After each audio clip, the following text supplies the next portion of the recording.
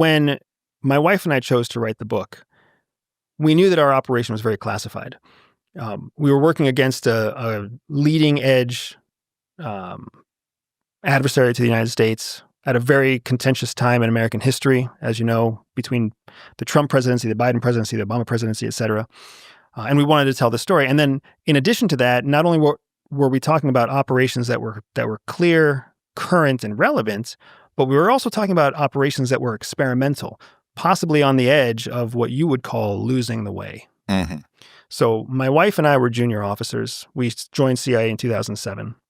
When we were called in to take on the challenge of what became Shadow Cell, it was an operation where there was a suspected mole within CIA, a mole that still hasn't been disclosed by the CIA. Our book is the first time to disclose this operation.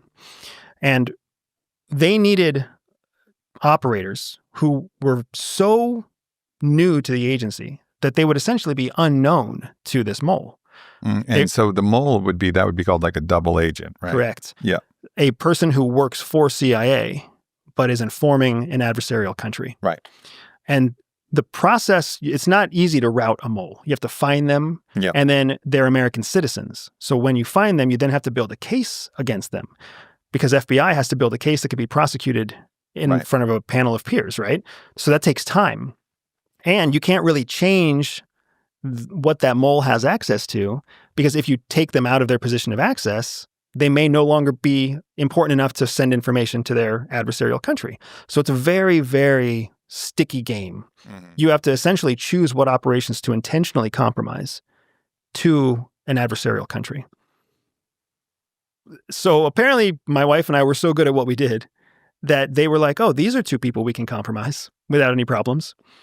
So we were chosen to build a new set of operations, knowing full well that there's a mole out there trying to find and compromise us, which was a very difficult question to take on. Because here you are, my wife and I are 3 years into our career, very good at what we do, and we're being asked to take on this operation that's essentially a suicide mission. Hey, we want you to go do this thing. It's basically an impossible task. And while you're trying to do this impossible task, we already know this highly sophisticated adversary to the United States is going to be hunting you down, because the mole is going to be telling them about your whereabouts. And we're not going to... Fuck, bro. We're not going to protect you from the mole, because if we protected you from the mole, then the mole would lose their interest. So my wife and I did not have an easy task ahead of us, but we said yes. We said yes because that's what you do. Yeah. You don't say no to a career-making opportunity. You don't say no when your country needs you. And we're all brainwashed at the time to believe there's nothing more valuable than sacrificing yourself for your country, right? So that's when we went out and started the operation for Shadow Cell. We were on our own to try to find a way to protect our operation. We didn't have a lot of intelligence experience, so we didn't know how to use technology. We didn't know how to build the perfect disguise. We were still junior enough that we were used to everybody giving us what we had. But what we did know was terrorist operations, because that's what every junior officer knows. So what we decided to do was we decided to create new operations against this adversarial country that were modeled off of fundamentalist Islam. So we created our own little terrorist cell that we call the Shadow Cell. And we were given approval by CIA to create our Shadow Cell and prosecute operations against the adversary, because CIA thought that eventually we'd get caught by the mole. But the kicker is that the mole ultimately found us only after we had years to prosecute these operations.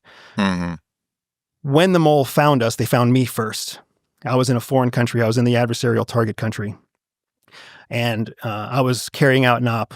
And then all of a sudden I had a surveillance team on me, and I could identify my surveillance team. As I was trying to navigate my operation, the surveillance team grew. It grew in size. It grew in sophistication. And that was my big telltale sign. Like, we know in the intelligence world that when you have a advanced surveillance team on you, they're building towards what we call a roll-up or a takedown operation. So I knew that I'm in a foreign country in a foreign alias. I'm Jacques when I'm not supposed to be Jacques, and I'm not there for tourism kind of thing. We knew that there was a climax coming, and if I didn't get myself off the X, I was going to be rolled up. rolled up, executing an operation based off of fundamentalist Islam in a foreign country with plausible deniability by the CIA. Ugh. So it was the worst case scenario for us. And I was able to fire off an encoded message to my wife that couldn't say anything substantial, but I was able to tell her in coded language that I'm under observation and I don't know if I'm coming home.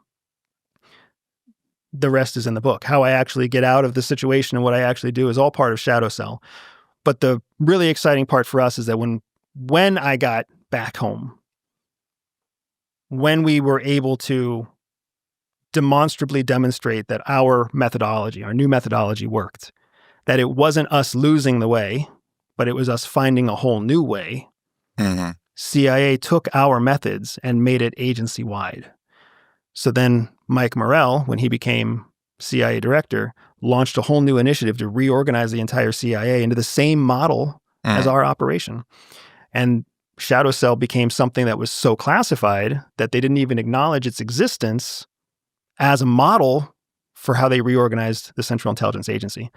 And now, thanks to the Trump administration's willingness to roll back classified information, we were able to propose to CIA, hey, we would like to release this story. Yeah. We think it's a good news story, and there are thousands of operators all over the world right now executing based off the Shadow Cell methodology. Wow. And it's not telling our adversaries anything about our operations to know that, because the 20 years that Americans fought and died in the global war on terror, Russians weren't dying in the global war on terror. Chinese weren't dying in the global war on terror. North Koreans weren't dying in the global war on terror. We have 20 years of competitive information on how terrorists and terrorist cells work. We can now use that to protect Americans. And I don't think that's losing the way, but some people will. Right.